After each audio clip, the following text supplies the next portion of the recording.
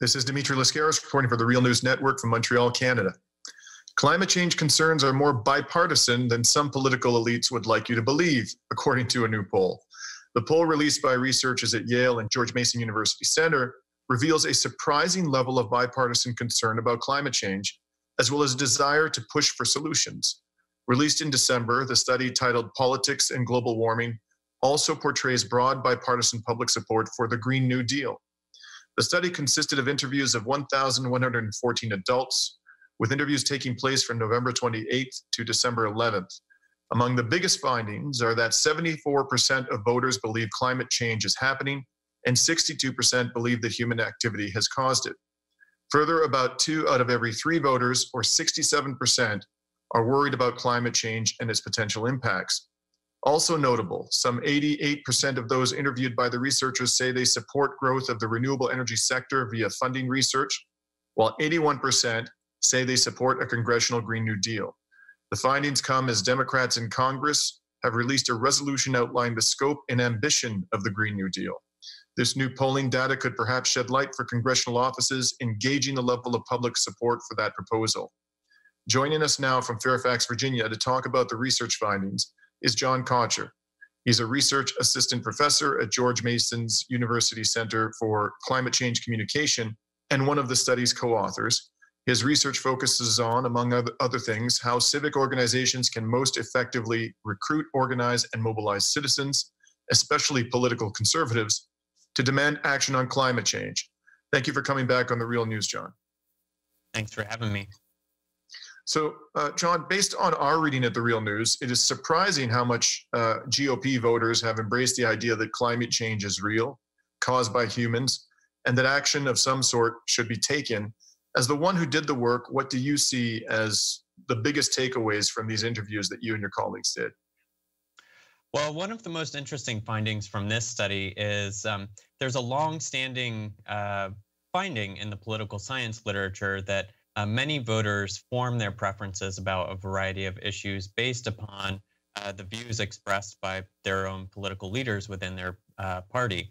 And so what we found is that after the election, we did see a decline among belief that climate change was happening and human-caused among Republicans, likely consistent with this idea that they were following cues from President Trump that climate change was a hoax, and that it wasn't an issue that should be taken seriously. But what we're now seeing in the data is relative to October 2017, throughout 2018, Republican voters are now coming back around on this issue, and we've seen an uptick in belief that climate change is happening and human-caused, both among moderate Republicans as well as conservative Republicans. And what we also see is that about 1 in 3 conservative Republicans are now worried about climate change, which represents a 9-point increase since October 2017, and one of the highest levels that we've seen since we began doing these surveys back in 2008. Now, there seems to be a jaw-dropping level of bipartisan support for the Green New Deal, too. Did you expect that when you entered into this batch of research? And do you think that could or will prove influential in whatever proposal comes out of Congress? So I don't know that we had firm expectations about what we would find when we asked the question about the Green New Deal. But something to really keep in mind here is that we also asked people, in addition to whether they support or oppose the Green New Deal, we asked them whether they had heard anything about it previously before we asked them the question in the survey. And we found that over 80% of Americans said that they had heard nothing at all about a Green New Deal before we asked them about it. And so what this suggests is that many people who responded to the survey probably weren't aware that this was a proposal coming from Democrats and weren't aware of many of the details on it. And they also hadn't been exposed to any sort of counter messaging from Republicans at that point. So I think we can probably expect that what we found is probably the high watermark in terms of support for the Green New Deal, at least among Republicans.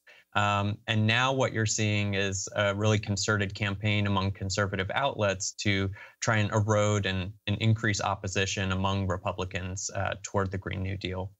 One of the biggest contradictions from the data seems to be that though conservative GOP voters believe in climate change and climate action, they still have come out in support of controversial oil and gas drilling proposals and more drilling, generally speaking.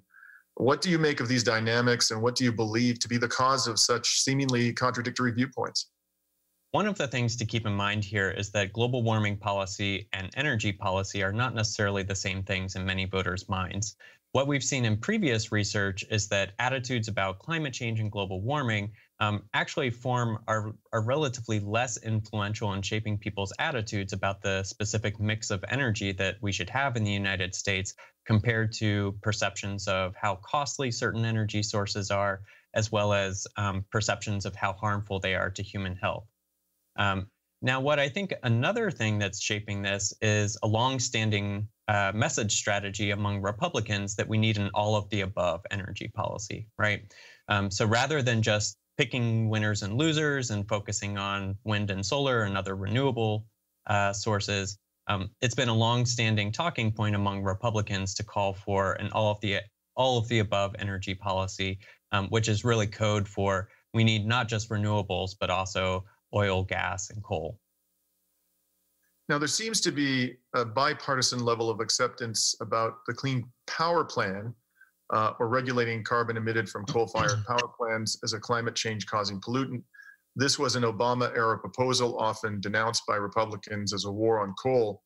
If there's so much bipartisan support for it among voters, why was the entire GOP congressional body against the Clean Power Plan? And why did it spend so much time on blockading the relatively modest climate change solution? Does this depict a divide between the grassroots of the GOP and congressional policymakers on climate change?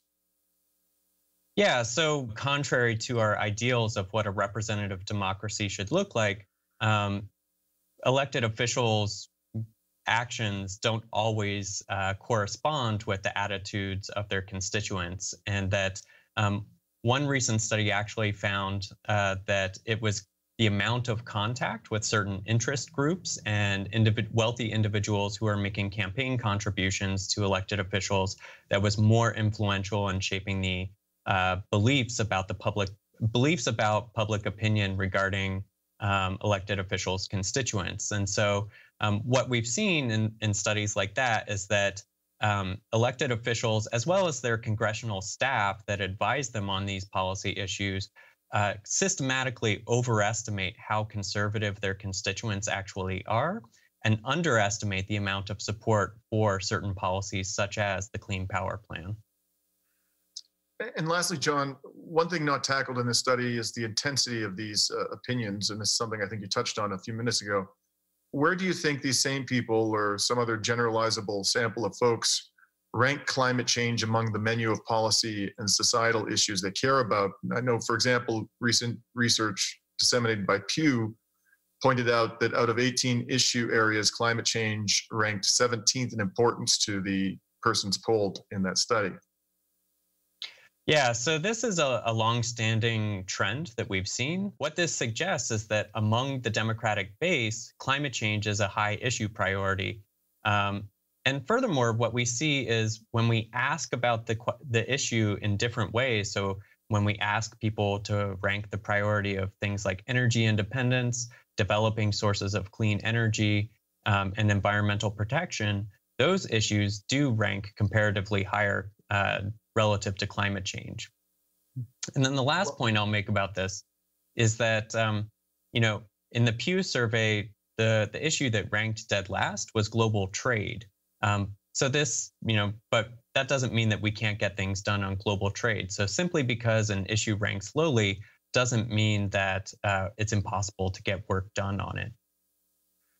Well, we've been speaking to John Contra about a new study relating to American attitudes towards the climate crisis. Thank you for coming back on The Real News, John. Thanks, Dimitri. And this is Dimitri Lascaris reporting for The Real News Network.